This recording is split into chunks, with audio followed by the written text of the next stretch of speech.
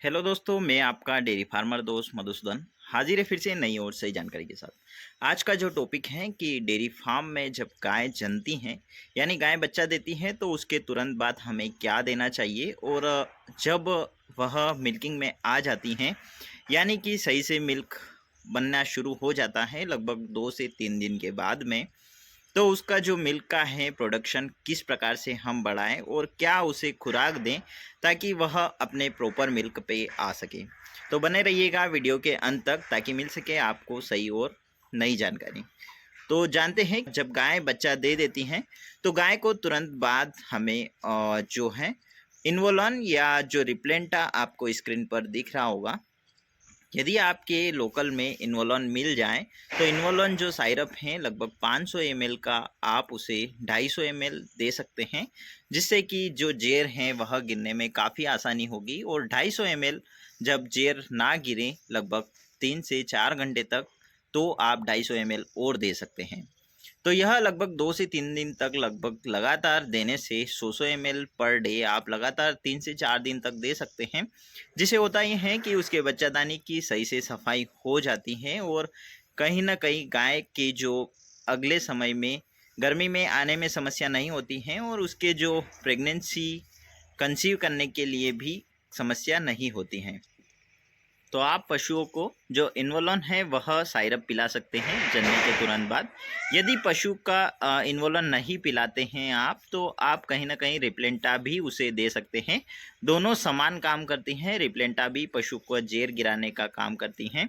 जो pregnant animal हैं उनको इन्वोलन या रिप्लेंटा आप न दें, क्योंकि वह देने से वह बच्चा गिरा देगी और कहीं ना कहीं आपका नुकसान हो जाएगा। पशु जब जन जाए तो उसके तुरंत बाद आप इन दोनों साइरप को या दोनों में से एक साइरप को दे सकते हैं, जिससे कि पशु अपना जेर जो है सही से गिरा सके। इसके अलावा आप जो दलिया गेहूं का वह दे सकते हैं, क्योंकि पशु का जो दलिया में आप रिप्लेंटा मिलाकर दे सकते हैं या फिर इन्वोलन है वह मिलाकर दे सकते हैं। और दलिया लगभग उन्हें जो पका कर गेहूं का जो फीड होता है उसका दलिया बनाकर और उसमें लगभग आधा केजी के आसपास गुड़ डालकर उसे पशु को दे, जिससे कि जेर गिरने में भी आसानी होती है और पशु को काफ़ी राहत फील होता है। इसके अलावा आप 4 से 5 दिन तक पशु को लगातार दलिया बनाकर दे सकते हैं। और लगभग जो गुड़ और अजमा होता है, लगभग पर डे आप उसे 500 ग्राम गुड़ और लगभग 100 ग्राम अजमा उसे दें। लगभग 5 से 7 दिन तक लगातार देने से जो पशु की अगले समय में एआई कंसीव करने के लिए कोई दिक्कत नहीं होगी और पशु की जो बच्चादानी की सफाई है काफ़ी अच्छे से हो जाएगी, जिससे पशु सही से गर्मी में आएगा और पशु का जो दूध की जो कैपेसिटी है, दूध का जो प्रोडक्शन है वह होना चालू हो जाएगा और कहीं ना कहीं अच्छा मिल्किंग पशु करने लगेगा। यदि पशु के गर्भाशय की सफाई अच्छे से नहीं होती है तो पशु का जो मिल्क है, मिल्क की जो कैपेसिटी है, यदि 10 लीटर मिल्क की कैपेसिटी है तो पशु 5 से 6 लीटर पर ही रुक जाता है और उसका मिल्क कैपेसिटी कितना भी फीड देने से नहीं बढ़ता है। तो शुरुआती जो 10 दिन होते हैं, 15 दिन होते हैं, पशु का जो काफ़ी ख्याल रखना हमें होता है।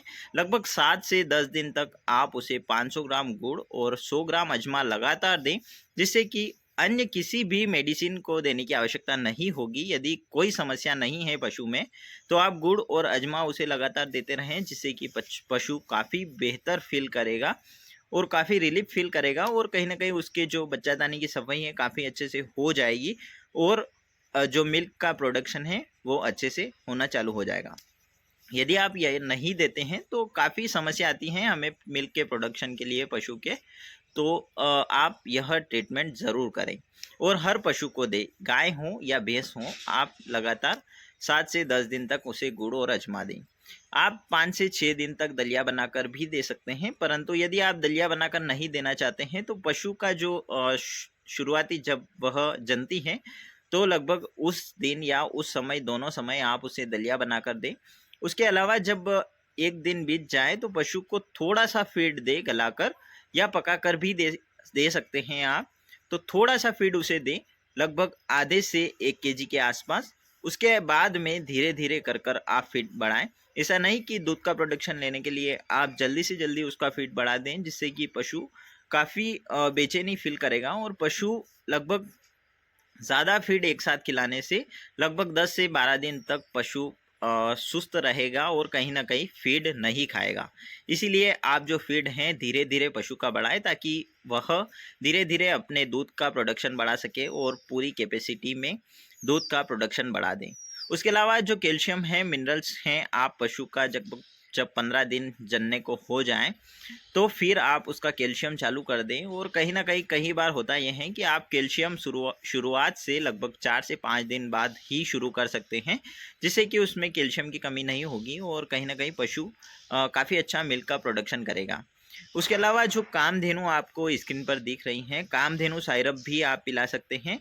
यदि पशु जन जाएगा और उसके बाद में 500 ग्राम आप कामधेनु एक साथ पिला दें और जो 250 ग्राम है वह अगले दिन पिला दें और जो 250 ग्राम है वह अगले दिन पिलाएं। तो लगभग 3 दिन तक आप जो कामधेनु है जब जने तब 500 ग्राम, उसके अलावा जब अगले दिन हो 250 ग्राम, अगले दिन 250 ग्राम। इस प्रकार से आप कामधेनु साइरप पिलाएं ताकि जो दूध का प्रोडक्शन है पशु का अच्छे से हो सके और कहीं न कहीं पशु की जेर गिरने में कोई समस्या नहीं हो। इन तीनों ट्रीटमेंट में से आप कोई सा भी एक जो मेडिसिन है, एक दवाई है उसका उपयोग करें और पशु का ज़्यादा दवाई का उपयोग ना करें। और किसी भी दवाई का उपयोग करने से पहले आप डॉक्टर की सलाह ज़रूर ले लें, जिससे कि आपके पशु का सही और अच्छा इलाज हो सके, कहीं ना कहीं पशु में कोई समस्या ना हो। उम्मीद है, आशा है वीडियो आपको पसंद आया होगा। और भी अधिक जानकारी के लिए चैनल को सब्सक्राइब, वीडियो को शेयर, लाइक ज़रूर करें। Thank you for watching, thank you for subscribe. मिलते हैं अगले वीडियो में नई और सही जानकारी के साथ।